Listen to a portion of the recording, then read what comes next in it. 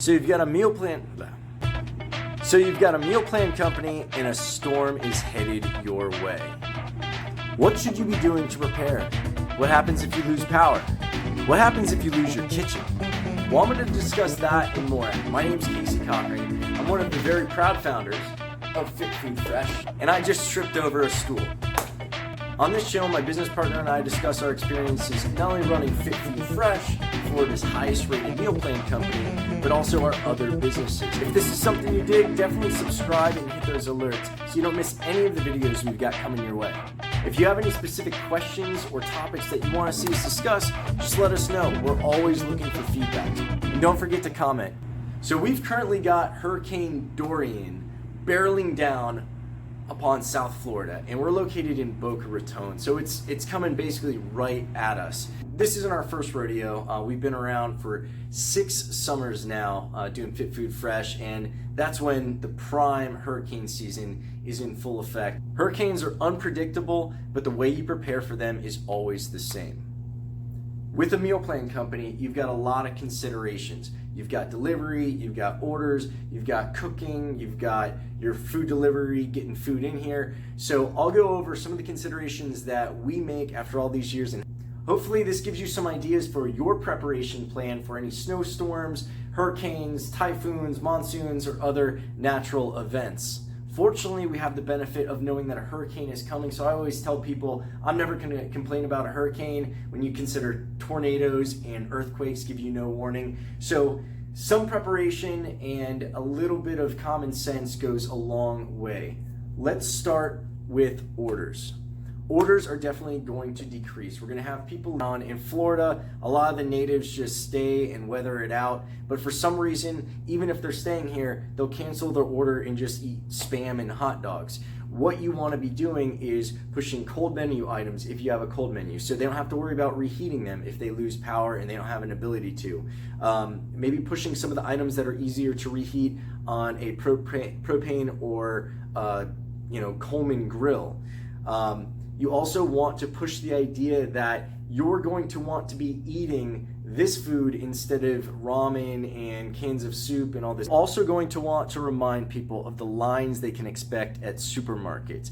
They can avoid a lot of that by just making Fit Food Fresh part of their hurricane preparation plan. The next thing you're going to be dealing with is cancellations. There's going to be people who are going to be wafering and they're going to wait until the last minute and cancel late. What you're going to want to do is to try to offset the damage as much as possible, and this depends on your refund policy. If you do have a refund policy like ours, which is very much on the consumer side, unfortunately for the business, we're going to definitely give you a refund. Now, what we try to do is we push you to take credits, and we'll be transparent. We'll explain the fact that, look, we had a hurricane. We had a lot of people who also canceled, and if everyone canceled and took their money back, we would take a significant blow, and I'm sure you don't want our business to incur that just because a natural event happened. Now let's talk delivery. What I would suggest is move the delivery before the storm. For Dorian is coming Monday. Normally we would be delivering early Monday morning, and we probably could still make it on the current delivery time, but we're gonna move it ahead to Sunday afternoon. Why? A few reasons. Number one, it gives our drivers the ability to refuel their vehicles after they do deliveries. That's going to make it so more drivers are going to be likely to do the deliveries. If we made it so the deliveries were being done right before the storm, odds are they're not going to be able to refuel, and they might not take the delivery route, in which case we're going to be doing a lot of driving. We might still have some people who have to leave, they have to be with their family or go out of town or whatever they're doing, so you might be down some delivery drivers as well, and having an extra few hours to get longer routes done by moving the delivery ahead of schedule would help out significantly. Now, obviously, you're gonna have to get your kitchen to get your back, because they're gonna have to hammer down and get a lot of production done sooner in a compressed deadline in order to make sure that it's done in time for packing and delivery. We also have pickup members, and we've basically sent out an alert to everybody to let them know what our plan is. The sooner you let your members know what the plan is, the sooner they're able to make plans and they don't have to wait for example, by telling people that we were delivering the food on Sunday, they knew they would have the food well in advance and could take it to wherever they're going to last out the hurricane. Some are going out of town and they need to be able to travel, and they're actually taking our food with them. Even though they're going to be safe and they could eat anywhere else, they don't want to eat restaurant food. They want to stick to their diet. So we're able to just keep more orders than we would have if they just went out of town and didn't order from us. So communicating clearly as soon as possible is always going to behoove you. Now, it's hard to predict with the hurricane predictions, and I'm sure other storms are like this as well, but the best you can do, the earliest you can do it, the better. Another reason that you're going to want to move it ahead is, what if you lose power? What if you have a bunch of cooked food and your refrigerators go down? Now it's not safe to deliver it. Now it's not safe for anybody to eat it. Even if it is safe, what if you've got power here, but your drivers can't get out? They can't get to the kitchen, or they can't get from the kitchen to the houses because we're talking after the hurricane. Trees are down, lines are down. There's places here in Florida you can't get onto the barrier island. There's Palm Beach Island and Highland Beach and everything. You have to go over the bridge. It's a barrier island. That all gets shut down. Since I mentioned power, let's discuss refrigeration. Now, there are options for backup refrigeration. Maybe you don't have a generator. Odds are you don't. If you have a big enough order, a lot of times the food vendor is going to be willing to give you a refrigerated truck to borrow. They're not using it. Obviously, restaurants are shut down during that time, so they give it to you to borrow in order to assure that you place that order with them. So that is something that you'd be able to leverage. You might want to also consider ordering in advance for the next round of production, hoping that your facility is going to be able to cook. Now, even without electricity, as long as we have refrigeration for food, we can still produce food here because we have primarily gas equipment. Our grills and our ovens and our stovetops all run on gas. So we've cooked without power before in previous hurricanes. All we need is that refrigeration to keep the food safe. We've got that taken care of this year. Even if your vendor maybe doesn't have that ability, or you're not a big enough client to get that, you can look into renting a refrigerated truck or a refrigerated van. You can get creative and think outside the box of all these companies who have, maybe if you're a really small meal plan company, you might be able to get away with one van. We wouldn't be able to. We have to have this big tractor trailer refrigerator basically dropped off. But if you've got a small enough company, you might be able to survive with some Sprinter vans or something like that.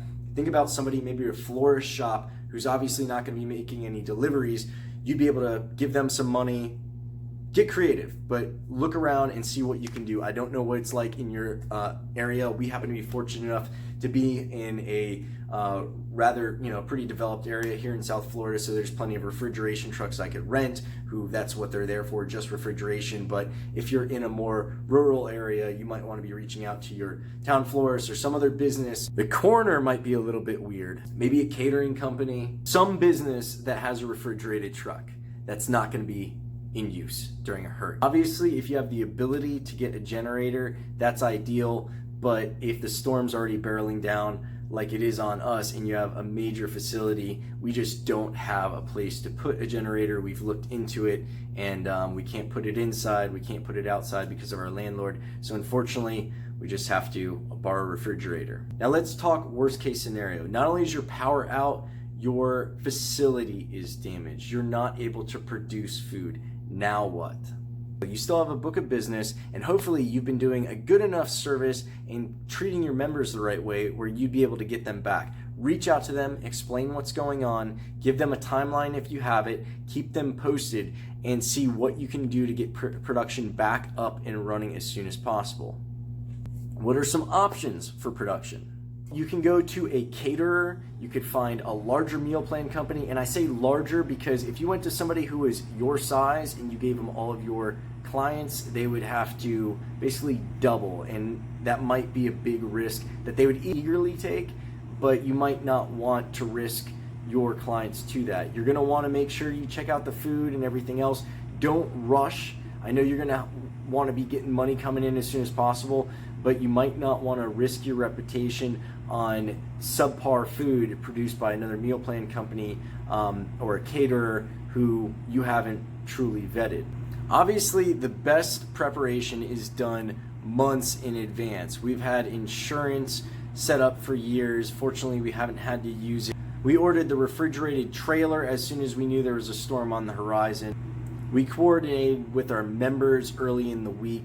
Now, obviously, a lot of the most effective preparation is done months in advance because a lot of this can't be set up last minute. So hopefully, when you're watching this video, you don't have the same situation I have while filming the video with the storm coming down upon you. You're gonna wanna have the insurance paid and taken care of. You're gonna wanna have the generator, the contingency plans. Maybe reach out to some caterers and make sure that they can take on your volume. Make sure that they have the right amount of refrigeration space. If you have to reach out to another meal plan company who's a competitor, you're definitely gonna wanna start that relationship or at least have that agreement. You don't have to like each other, but just have that in place beforehand so you're not making an assumption, meeting a capacity that they can't fulfill.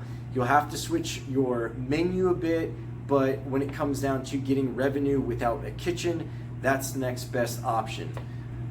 So that's all I've got. If there's anything you think I didn't cover that I should add to this, definitely let me know because I want to make sure that it's there for whoever is watching and in need of this information. Other than that, I'm going to get back to preparing for Hurricane Dorian, praying that it just goes off into the middle of the Atlantic and harms nobody. But it's Florida. It's the price of living in paradise.